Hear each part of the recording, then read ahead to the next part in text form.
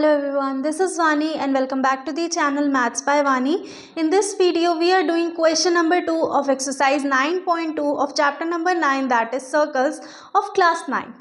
So let's begin with our question.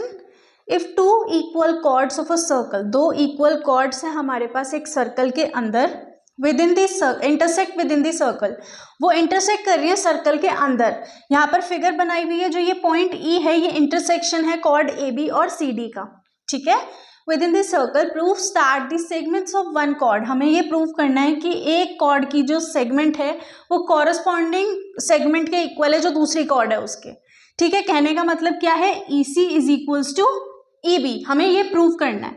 सो यहाँ पर हम लिख लेते हैं क्या प्रूव करना है हमें. To prove E B is equals to E सी.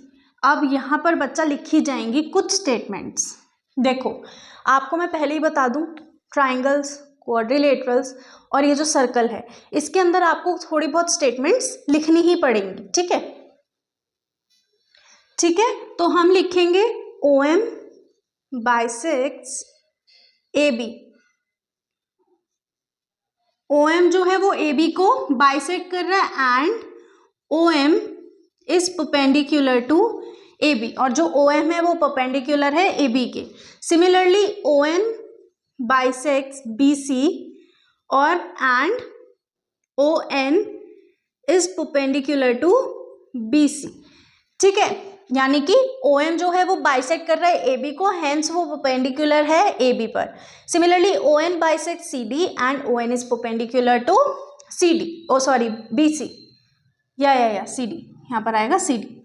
थोड़ा सा हो जाता है गड़बड़, बट आपको एग्जाम में बहुत ध्यान से करके आना है. ठीक है भाई. यहाँ तो हम बार बार कर रहे हैं इसलिए ये चीज पे नजर पड़ गई कि यहाँ पर ए बी की सी डी की जगह पे सी बी लिखा गया. लेकिन अगर एग्जाम में आप ऐसा कराओगे तो वहां पे मार्क्स कट हो जाएंगे, इसलिए बहुत ध्यान से करके आना है. Also A B is equals to C D. यहाँ लिखा हुआ है ना इक्वल कॉर्ड्स, तो यानी कि ए बी और सी डी क्या है आपस में इक्वल रहेंगी हमारी. तो therefore A M N D के इक्वल होगा या नहीं होगा. A M is equals to N D. इसको ले लेंगे equation 1 and M B is equals to C N. भाई ए एम एन डी के इक्वल, ये वाला जो ए एम है ये एन डी के इक्वल एंड एम बी जो है वो एन सी के इक्वल. इसको हम ले लेंगे इक्वेशन नंबर 2. ठीक है. अब देखो यहाँ पर ट्राइंगल फॉर्मेशन हो रही है कुछ इस तरफ, तो यानी कि हम लेंगे इन triangle O M E and triangle O N E. मैंने लिया triangle O M E and triangle O N E. अब उससे क्या होगा, उससे हमारी ये जो इसके अंदर सीपीसीटी लग सकता होगा साइड्स के लिए वो इक्वल हो जाएंगी. तो O M angle O M E is equals to angle O N E. Why 90 degree each. ठीक है. और इसके अंदर क्या चीज कॉमन है, O E equals to O E common. O M equals to O N. O M O N. अब मैंने ये रीजन यहाँ पर नहीं लिखा है. आप लोग अपने माइंड में सोचोगे कि मैंने यहाँ रीजन क्यों नहीं लिखा है. वो रीजन क्या है वो आपको याद करना है. लिख रही हूँ बट अपने माइंड में इतना टाइम इसीलिए मैंने दिया है कि रिकॉल करो, क्योंकि ये क्या है, सेंटर से जो डिस्टेंस है इक्वल है. So equal distance from centre. Clear हो गया. यहाँ पर आगे चलो. हाँ ठीक है. इसके बाद हम क्या करने वाले हैं, बाय दो साइड है एक एंगल है, so by side angle side congruency rule triangle O M E is congruent to triangle O N E. इतना भी क्लियर हो गया. हमने सिंपल क्या किया है, ट्राइंगल्स कॉन्ग्रुएंट प्रूव कर दिए. ये हमारा ये ट्राइंगल इसके कॉन्ग्रुएंट हो गया. अब हमें क्या प्रूव करना है, M E is equals to E N. इसका क्या रीजन होगा, इन भाई साहब के रीजन होंगे by C P C T. C P C T से हमारा M E equals to E N. Let's take it equation number 3। अब बहुत इजी सा काम है एडिंग। चलो मैं ये नहीं अभी बताती हूँ कि कौन सी इक्वेशन हमें ऐड करनी है, आप खुद से सोचो।